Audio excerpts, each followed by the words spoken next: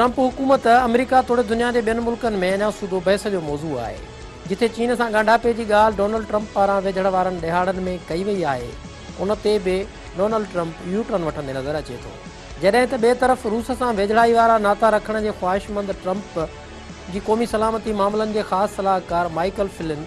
रूस सां वेझड़ाई वारनि मामलनि जे इल्ज़ामनि खां पोइ इस्तीफ़ा ॾेई छॾी आहे,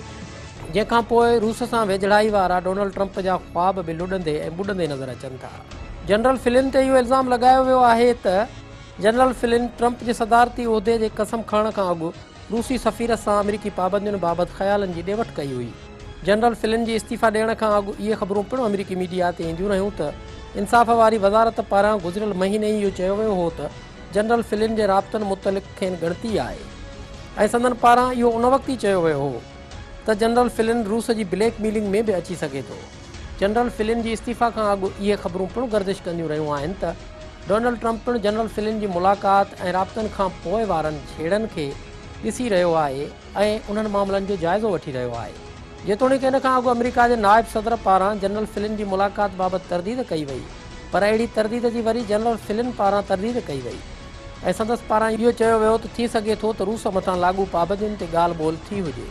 जनरल फ्लिन जी अहिड़ी तरदीद खेसि जिथे इस्तीफ़ा ॾियण ते मजबूर कयो आहे, उते अमरीकी नाइब सदर खां बि खेनि गुमराह करण ते माफ़ी वठणी पई आहे। ॿिए तरफ़ जनरल फ्लिन जी ॻाल्हियुनि ते रूस जे सदारती तर्जुमान पारां चयो वियो आहे त जनरल फ्लिन ऐं रूसी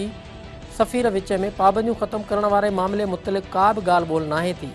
जॾहिं त जनरल फ्लिन जो वरी चवणु आहे त हू पक सां नथो चई सघे त इहे मामला बहस हेठि न आहिनि आया। यानी अणसिधी तरह जनरल फ्लिन रूसी सफ़ीर सां मुलाक़ात मुतलिक़ हाकार में जवाबु ॾींदे नज़र अचे थो। माइकल फ्लिन, जंहिंखे डोनाल्ड ट्रंप काबीना में क़ौमी सलामती मामलनि जो सलाहकार बणायो वियो हो ऐं संदसि पारां मथसि लॻल इल्ज़ामनि खां पोइ जेतोणीकि इस्तीफ़ा ॾिनी वई आहे, पर संदसि लाइ इहो चयो पियो वञे त लेफ्टिनेंट जनरल जे उहिदे ते बि हू रही चुको आहे ऐं खेसि 2014 में डिफेंस इंटेलिजेंस एजेंसी जे डायरेक्टर वारे उहिदे तां हटायो वियो हो ऐं माइकल फ्लिन पारां दाइश मुतलिक़ अॻूणे सदर ओबामा जी पॉलिसियुनि ते बि सख़्तु तनक़ीद कई वई हुई। पर माइकल फ्लिन खे डोनाल्ड ट्रंप जो ख़ासि ऐं वेझो माण्हू सम्झो पियो वियो, जंहिं पाण मथां लॻल इल्ज़ामनि खां पोइ पंहिंजे उहिदे तां इस्तीफ़ा ॾेई इहो तस्लीम कयो आहे त रूसी सफ़ीर सां संदसि पाबंदियुनि वारे मामले ते ॻाल्हि ॿोल थी आहे। पर सोचण जो सुवालु इहो आहे त संदसि लाइ इस्तीफ़ा ॾियण ताईं जहिड़ियूं हालतूं डोनाल्ड ट्रंप पारां पैदा कयूं वयूं, त पोइ आख़िर रूस सां वेझड़ाई रखण वारा ऐलान केतिरो अॻिते वधंदा ऐं केतिरी मुस्बत ॿिन्ही मुल्कनि में अॻभराई मुमकिन बणंदी।